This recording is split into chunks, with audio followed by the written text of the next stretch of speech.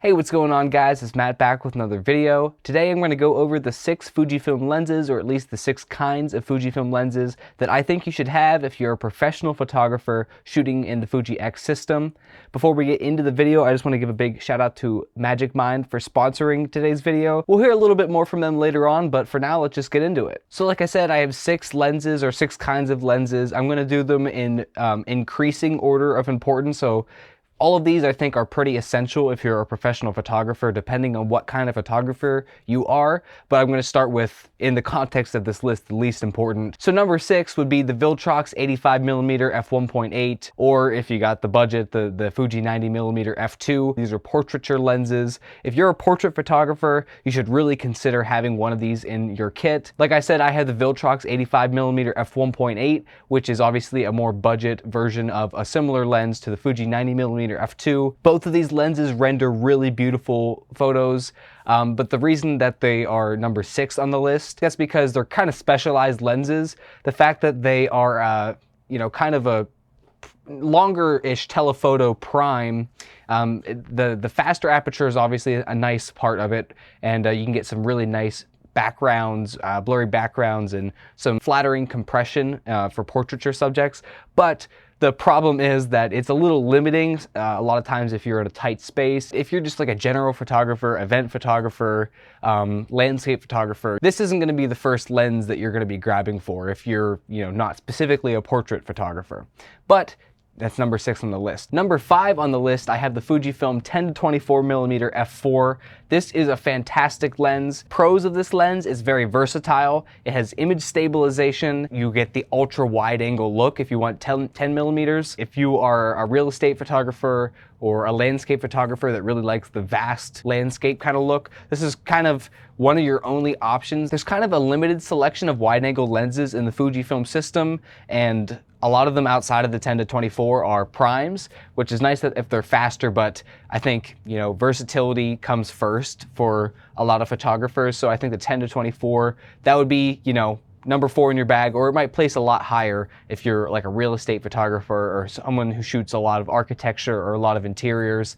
That obviously would rank higher, but in general, 10-24 ranks 5th on this list. Number 4 on the list, we have the Fujifilm 16mm f1.4, or really in place of this, just any fast wide-angle prime would be good. I think it's really important for a lot of photographers to have a fast wide-angle lens at their disposal. A lot of times, especially if you're an event photographer, you'll find yourself shooting in some conditions where there's not a ton of available light and you have to make it work.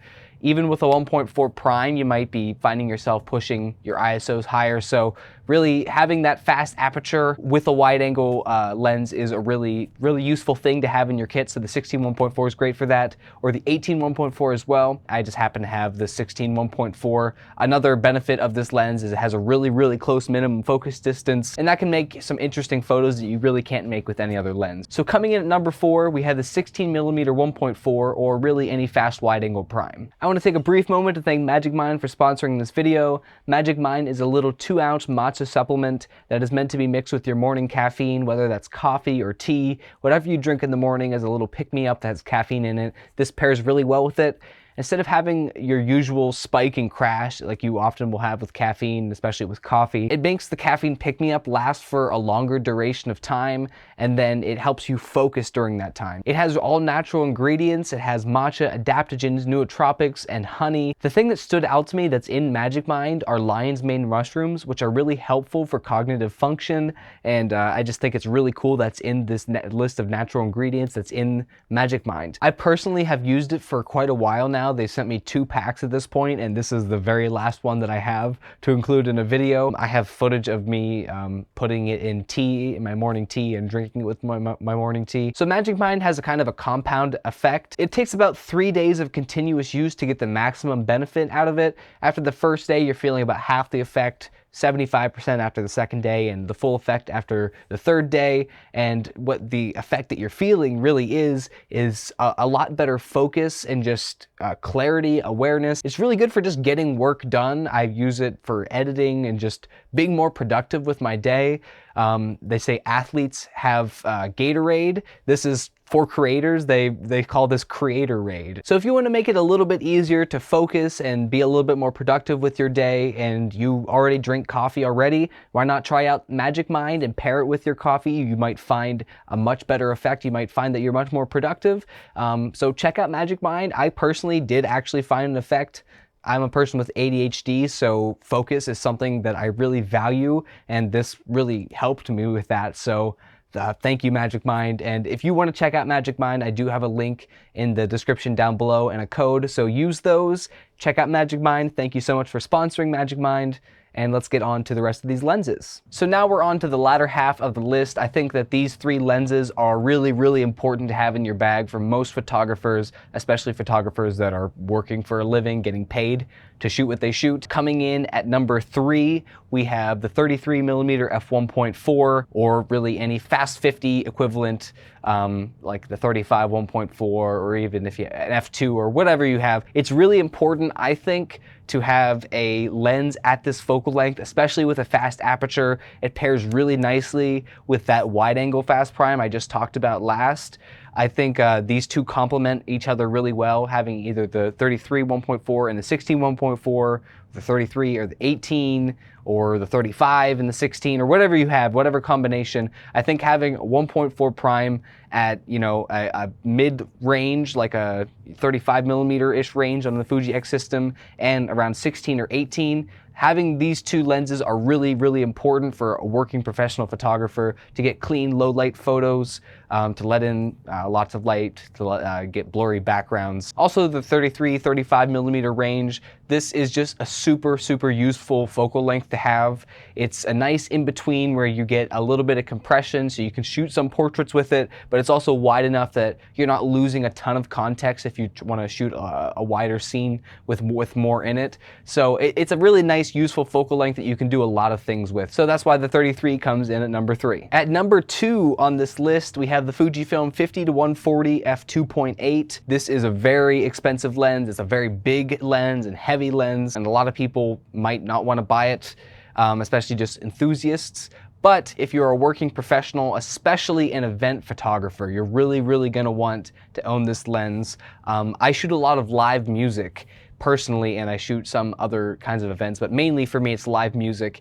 And for the longest time I was using, you know, what was number 6 on this list, the 85 1.8, and I found it very limiting. It was, you know, you need a longer focal length a lot of times to shoot events, to get close-ups of people so you're not all up in their business. Especially shooting live music, you really can't get right up on the stage a lot of the time. The 85 1.8 was good that, you know, I could get a little bit closer because of the focal length, but it didn't focus very well, first of all, and second of all, it wasn't very versatile. Like, a lot of times I was either way too close or way too far. The ability to zoom in or out really fast instead of having to physically walk with a prime lens, that's where this 50-140 really comes in handy, that you can zoom in, you can stay in one place, you can get a close-up on, for it, like say for my case, I can get a close-up of a musician's face, I can zoom out a little bit and I can get them playing the guitar, or I can get them and a couple other musicians in the same shot without me having to move around very much. And just logistical reasons of why you couldn't move around and why that zoom is useful. Like maybe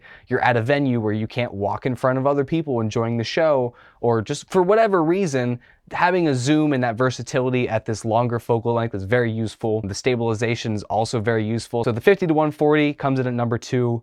I think it's really probably one of the most useful lenses for, especially for an event photographer, a wedding photographer, a portrait photographer. Many different kinds of photographers will find this lens super useful, so that's why it's at number 2. And finally, at number 1, some of you guys aren't going to believe this, I have the 18-55, or probably, you know, if you want to shell the budget, the 16-55 2.8. Basically, in place of this, just any mid-range zoom. There's only really a handful of options in the Fujifilm system that are first party. There's the 16-80 f4, the 18-55 f2.8 to f4, which I own, the 16-55 f2.8, which doesn't have stabilization. That's the big downside of that lens, even though that's really a good lens. Any of these will substitute. Anything that is a mid-range zoom that covers from a kind of wide focal length to a kind of long focal length and everything in between. I think this is the number 1 most important lens.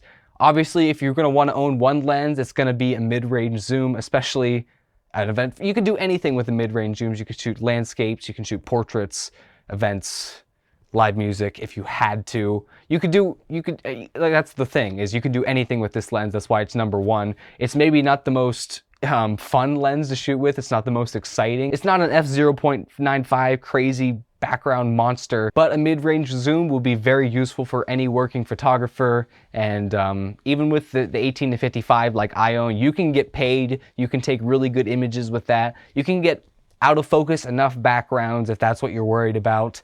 But the main selling point is the versatility and especially the stabilization. That's the main thing that I don't like about the 16 to 55 is that it doesn't have that stabilization. So that's the reason I have the 18 to 55, and also because I'm more of a video shooter than a photo shooter. But that's why it comes in at number one. It's really just a no-brainer. It's not the most fun, but it's gonna be the most versatile lens, and it obviously makes sense why it's at number one. So what did you think of my list? Would you change the order? What personally do you find to be the most important lens to you as a working photographer? Do you disagree with my list? Is there anything on my list that you think shouldn't be there? Is there anything that should be there? I know there are some special cases, like obviously if you're a wildlife photographer, you're gonna want a super telephoto, and if you're a macro photographer, you're gonna want a macro lens. I tried to make this list more general and more applicable to most photographers, a wide range of photographers. So, you know, let me know if I'm missing anything on the list. Let me know if anything doesn't deserve to be on this list. Leave a like, leave a comment down below. Thanks once more to Magic Mind for sponsoring this video, and I'll see you in the next video. Peace.